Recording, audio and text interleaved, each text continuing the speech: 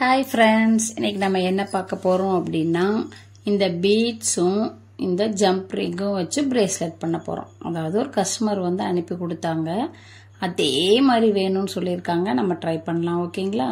இதுக்கு வந்து அந்த 0.8 எலாஸ்டிக் நான் வந்து எடுத்திருக்கேன். அதாவது கொஞ்சம் நம்ம அதிகமாகவே எடுத்துக்கணும். சாதாரணமாக நம்ம பண்ணுவோம் இல்லைங்களா, அந்த பிரேஸ்லெட் பண்ணுறதை விட இது அப்படியே டபுளாக நம்ம எடுத்துக்கணும். எடுத்துட்டு ரெண்டையுமே வந்து சரி சமமாக நம்ம ஃபஸ்ட்டு வந்து வச்சுக்கலாம். கீழே வந்து அந்த எட்ஜில் வந்து நம்ம இப்போ ஃபஸ்ட்டு ஒரே ஒரு இது மட்டும் எடுத்து அதில் வந்து நம்ம ஒரு பீட்ஸ் வந்து அதில் போட்டு வச்சுக்கலாம். எதுக்காகன்னு பார்த்தீங்கன்னா அதுதான் ஸ்டார்டிங் பாயிண்ட், ஓகேங்களா? அப்போ தான் நம்ம அதில் வந்து ஜம்ப் ரிங் போட்டு போட முடியும் லாஸ்ட் ஃபைனலில். இப்போ நம்ம ஃபஸ்ட்டு வந்து போட்டு ரெண்டுமே நம்ம சமமாக வச்சுக்கலாம். கொஞ்சம் டிஃப்ரெண்ட்டாக வச்சுக்கிட்டோம்னா நமக்கு வந்து ஐடென்டிஃபை பண்ணுறதுக்கு ஈஸியாக இருக்கும். அடுத்தது பார்த்தீங்கன்னா நம்ம வந்து ஜம்ப் ரிங் தான் போடணும். ஃபர்ஸ்ட் ஒரு பீட்ஸ் போட்டேன்னா ஜம்ப் ரிங் போட்டு ஜம்ப் ரிங் போடலாமா? இப்போ நம்ம ஜம்ப் ரிங் போடலாம்.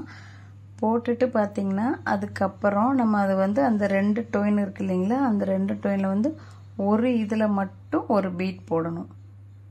பீட்ஸ் போட்டுட்டு அதுக்கப்புறம் நம்ம வந்து இன்னொரு ஜம்ப் ரிங் வந்து போடணும்.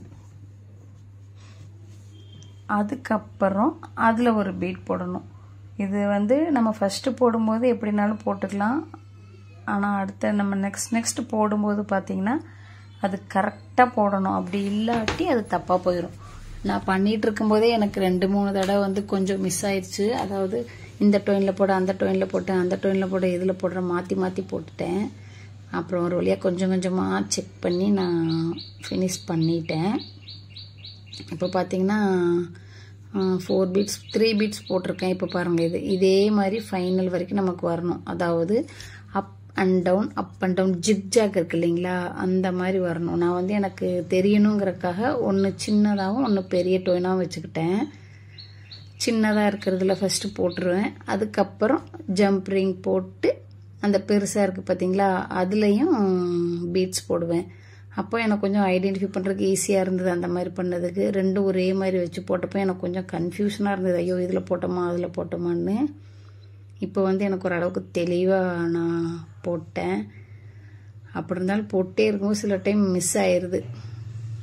இப்போ பாருங்கள், இப்போ ஜம்ப் ரிங் போட்டு சின்னதில் போட்டாச்சு. இப்போ வந்து கொஞ்சம் பெருசாக இருக்கு இல்லைங்களா, அதில் வந்து நம்ம ஒன்று போடணும். இப்படி மாற்றி போட்டுக்கிட்டே இருக்கணும்.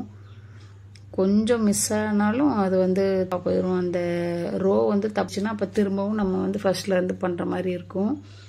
சப்போஸ் உங்களுக்கு தப்பாச்சுன்னா கூட நீங்கள் கழட்டிட்டு அதிலருந்தே போட்டுக்கலாம். ஃபுல்லாக இது பண்ணணும் அப்படிங்கிறதுல நமக்கே தெரிஞ்சிடும் அது இப்போ தப்பாக இருக்கா இல்லை கரெக்டாக இருக்கா அப்படின்னு சொல்லி நம்ம போட்டுக்கிட்டு இருக்கவே நமக்கு அது தெரிஞ்சிடும். ஒரு 4 பீட்ஸ் போட்டதுக்கப்புறம் நம்ம செக் பண்ணிக்கிறது ரொம்ப நல்லது.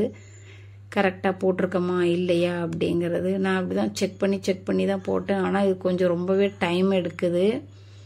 ப்ளஸ்ஸு இதில் பீட்ஸும் வந்து அதிகமாக செலவாகுது. டபுள் இது லேயர் வரனால ஜம்ப் ரிங் பார்த்திங்கன்னா ரொம்ப அதிகமாக இதில் வந்து செலவாகுது. ஜம்ப் ரிங் தான் இதில் வந்து மெயினாக இருக்குது. பீட்ஸ்க்கு இடையில 2 பீட்ஸ்க்கு இடையிலையும் நம்ம போட வேண்டியதாக இருக்குது. அதனால் இப்போ நம்ம சில்வரில் வச்சு போட்டிருக்கேன். இனி நெக்ஸ்ட்டு கஸ்டமர் இதை பார்த்துட்டு நம்ம கேட்டாங்கன்னா நம்ம வேறு கலர்ஸ் எதுவும் பண்ணும்போது கண்டிப்பாக நான் வீடியோ எடுத்து உங்களுக்கு போடுறேன். இப்போ பார்த்தீங்களா, அழகாக ஜிக்ஜாக் மாதிரி வந்திருக்கு. அப் அண்ட் டவுன் பார்க்கவே ரொம்ப அழகாக இருந்தது. வீடியோ விட நேரில் பார்க்க ரொம்ப அழகாக இருந்தது. இப்போ பாருங்கள், செஞ்சுட்டே இருக்கும்போது ஒரு மிஸ்டேக் பண்ணிட்டேன். அதாவது சின்னதுலேயே 2 தடவை போட்டு வச்சிட்டேன் பாருங்கள்.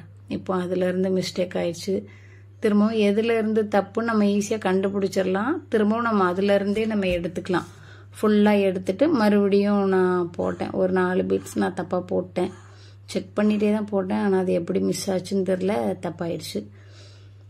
இப்போ திரும்பவும் அதை எடுத்துட்டு திரும்பவும் ஜம்ப் ரிங் பீட்ஸ் நான் போட்டு ஒரு வழியாக ஃபினிஷ் பண்ணுற லெவலுக்கு நான் வந்துட்டேன். அது என்னதான் சின்னது பெருசு நம்ம வச்சு போட்டாலும் கொஞ்சம் லைட்டாக மிஸ்டேக் ஆயிடுது. இப்போ தான் நான் ஃபஸ்ட் டைம் அந்த கஸ்டமருக்காக பண்ணுறேன். இப்போ செய்ய இப்போ எனக்கு ஒரு பிரேஸ்லெட் முடிக்கவுமே எனக்கு கொஞ்சம் இப்போ இதில் நல்லா ஐடியா வந்துருச்சு எப்படி பண்ணணும் அப்படிங்கிறது. கடைசியாக ஃபினிஷ் பண்ணும்போதும் ரொம்ப அழகாக வந்திருந்தது, பார்க்கவே ரொம்ப அழகாக இருந்தது. இது வந்து நம்ம நெக்லஸ் மாடலில் கூட போட்டுக்கலாம். அந்த மாதிரி பெண்ட் ஆகாமல் நல்லா அழகாக இருந்தது பார்க்குறக்கு.